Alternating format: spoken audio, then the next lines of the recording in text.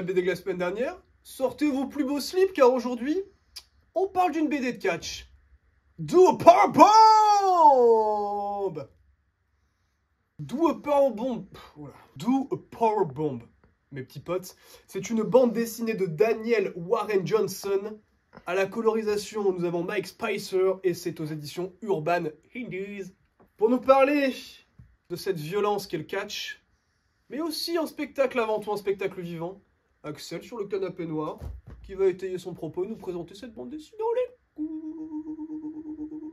Coucou mes petits catcheurs et mes petites catcheuses. Est-ce qu'il y a des fans de catch derrière leurs petits écrans là? Ouais! Hop là, Ren Mysterio. Alors, pour vous dire de quoi parle cette BD, je vais faire quelque chose qu'on n'a jamais fait dans la BD de la semaine dernière. Je vais vous lire le prologue. Éteignez la lumière et je vous conseille d'écouter cette vidéo au casque. C'était l'été 2018 et ma fille ne voulait pas dormir. Elle ne pleurait pas quand on la prenait dans nos bras, mais les larmes commençaient à couler dès qu'on la posait dans son lit. Ma femme et moi avions eu notre belle Fiona en février. Mais j'adorais l'allure des catcheurs qui m'avaient montré mes potes et j'étais intrigué. En plus, j'avais un bébé qui ne dormait pas et pas mal de temps devant moi. Ça m'a aspiré. Je regardais depuis une semaine sans me jeter dans le grand bain, jusqu'à ce que je voie un match bien particulier. Et à partir de ce moment, j'étais accro. C'était la naissance de mon amour pour cette forme d'art incroyable et l'inspiration pour ce que deviendrait Do a Power Bomb. C'est qui devait. T'as trouvé ça long? Ouais. Je pourrais continuer longtemps à vous parler des raisons de mon amour pour le catch professionnel. Donc si vous êtes fan de catch, bienvenue vieux frère. Et si vous ne l'êtes pas, alors je suis heureux que vous soyez arrivé jusqu'ici. Je vais pas faire long sur de quoi parle cette bande dessinée, parce que en fait, ce qui est méga intéressant et ce que je m'attendais pas à découvrir dans cette lecture, bon ça parle de catch, hein, ok. La BD elle commence, il y a deux combattants vraiment ouf qui vont s'apprêter à mener le combat de leur vie, et il se passe un truc. Et de ça, c'est de rebondissement en rebondissement, de rebondissement en rebondissement. Je vous fais juste un mini spoil. Il y a peut-être un nécromancien à un moment. C'est à l'envers. Quand j'étais en primaire, je collectionnais les cartes de catch. Et la plus rare, c'était... Elle était à 100 d'attaque et 100 de défense. Parce qu'ils avaient que l'attaque et que la défense, je crois. Il n'y avait pas de vitesse, il n'y avait pas d'attaque spéciale, il n'y avait pas de défense spéciale, il n'y avait pas de nature. C'est ce qu'on aime, la simplicité du catch. Je ferme ma gueule parce que Axel va nous dire pourquoi il a aimé cette bande dessinée, ce comics même.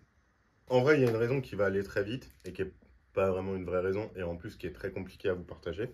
C'est aussi pour ça que je vous en ai pas dit sur l'histoire. J'ai adoré être pris au dépourvu. En fait, j'ai adoré qu'on pourrait se dire « c'est un truc de catch, ils vont faire un combat de catch ». Alors oui, c'est un truc de catch. Mais il y a plein de twists qui font vraiment plaisir à la lecture. Genre, tu te dis « Ah, il se passe ça. Ah, ah, ah, ah !» C'est le genre de BD. Alors celle-là, ça va. Mais en fait, moi, je connaissais pas Daniel Warren Johnson. C'est un très bon ami à moi qui m'a fait découvrir. Le B. Et parce qu'en fait, quand tu feuillettes ces BD, tu as un peu tendance à te dire « mais c'est moche ». Mais en fait, magie de la bande dessinée, magie de l'art séquentiel. Le dessin, étonnamment, colle hyper bien à l'histoire. En fait, c'est-à-dire qu'une fois qu'il t'embarque avec son dessin, son récit, les dialogues qui sont exceptionnels. En fait, j'ai envie de vous spoiler toute la BD, c'est tellement dur. Mais à la fin, il y a un combat iconique avec des textes qui sont fous. Enfin bref, je trouve que c'est étonnamment du coup très beau quand tu es dans l'histoire. C'est très bien écrit, c'est très bien raconté.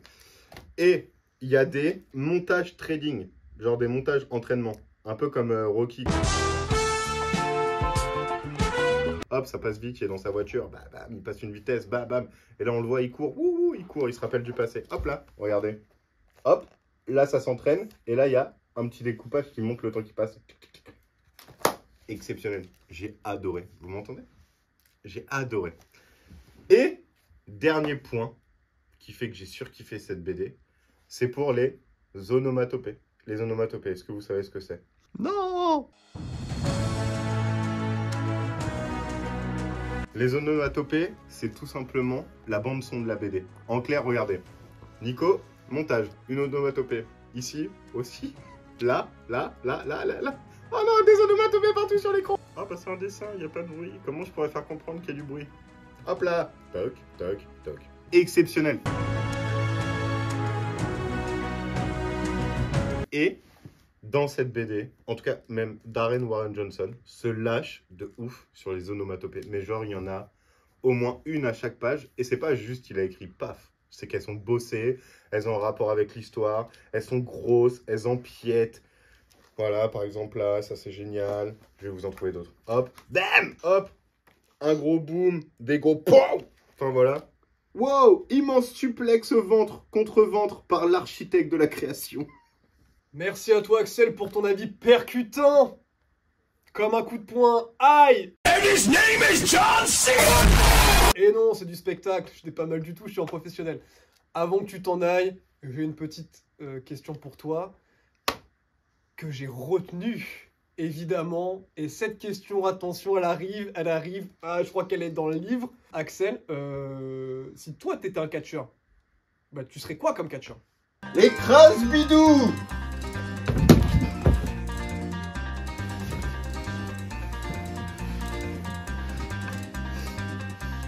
Je travaille encore. Ah, les remerciements! Merci à toutes et tous d'avoir regardé cet épisode. N'hésitez pas à vous abonner, à partager la vidéo, à en parler à vos entourages divers et variés. Et nous, on se retrouve dans 2 semaines prochaines. Je ferme ce livre et ma gueule en même temps.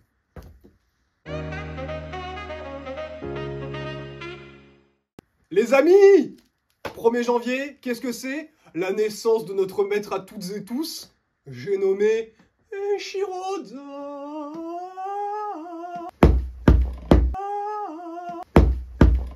Shiroda.